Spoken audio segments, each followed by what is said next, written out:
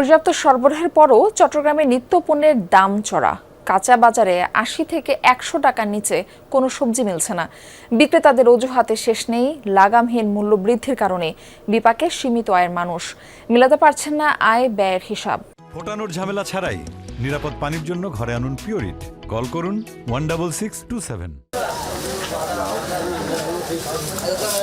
গত কয়েক সপ্তাহ ধরে চট্টগ্রামের কাঁচা বাজারে শাকসবজির দাম চড়া।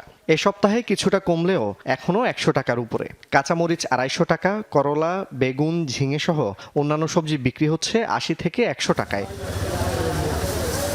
দ্রব্যমূল্যের লাগামহীন ঊর্ধ্বগতিতে বাজারে গিয়ে আয় ব্যয়ের হিসাব মেলাতে হিমশিম খেতে হচ্ছে বলছেন সীমিত আয়ের মানুষ। অসহনশীল, এটা আমাদের মাত্রা অতিরিক্ত ওভার হয়ে গেছে গিয়ে, আর করার কিছুই নাই, মানে ধৈর্যের বাহিরে আমরা এখন। আমি বাজার করে জানি, এখন আমি বাজার দিয়ে দেখলাম ওইখানে দিকে এক রেট, সামনের একটা ওইদিকে আরেক রেট। বাজার নিতে আসছি, না কিনে চলে যাচ্ছি, কিছু খেতে পারছি না, কিছু কিনতে পারছি না দামের কারণে। মাছ মাংস তো কিনে খেতে পারতেছি না, সে জায়গায় সবজি নিচ্ছি, তাও দাম। কি করবো আমরা, আমাদের একেবারে নার্ভিস উঠে গেছে। বাজারে সরবরাহ পর্যাপ্ত, ট্রাকে ট্রাকে আসছে নানা পদের সবজি, তারপরও দাম ৮০ থেকে ১০০ টাকা। বৃষ্টি অব্যাহত থাকলে দাম আরও বাড়তে পারে বলছেন বিক্রেতারা।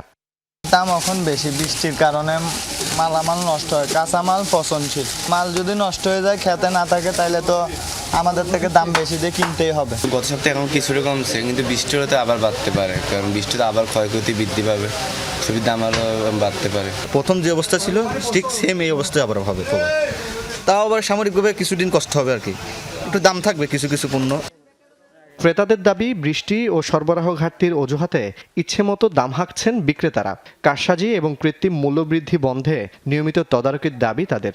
সিন্ডিকেটের মাধ্যমে আমরা দামটা বৃদ্ধি করে ফেলি, কিন্তু এটা যদি সঠিক মনিটরিং হয় তাহলে সেই ক্ষেত্রে কিন্তু আর এটা এতটা সুযোগ থাকে না। বৃষ্টির সময় একটু দামটা একটু বাড়াননি বলা হয়, যে বলা হয় মার্কেটে মানে উৎপাদন হচ্ছে না, বৃষ্টির কারণে কস্টিং খরচ বেড়ে যাচ্ছে। তদারকি থাকলে একটু ভালো, যাতে সব দিকে নিয়ন্ত্রণ থাকবে, তারপরে দামটা একটু সস্তা থাকবে।